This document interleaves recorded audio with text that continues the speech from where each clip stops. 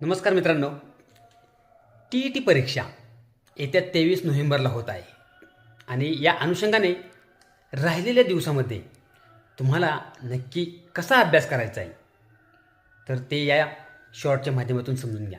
मित्रांनो, या TET परीक्षेसाठी तुम्ही बराच दिवस अभ्यास केलेला आहे. आता हा जो काय काळ आहे, जे काही शेवटचे 10-12 दिवस राहिलेले आहेत, त्यामध्ये तुम्ही एक 5 ते 6 दिवस होता जे काय प्रिव्हियस झालेले क्वेश्चन पेपर असतील किंवा जे काही सराव क्वेश्चन पेपर असतील ते तुम्ही वेळ लावून सोडवा.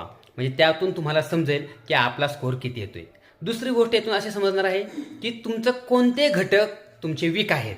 म्हणजे एखादा जर विषय घेतला तर त्यामध्ये तुम्ही 5-7 क्वेश्चन पेपर सोडवले, त्यामध्ये तुम्हाला समजून जाईल की आपल्याला ह्या घटकामध्ये किंवा एखाद्या विषयामध्ये ह्या घटकामध्ये आपल्याला मार्कच पडत नाहीत.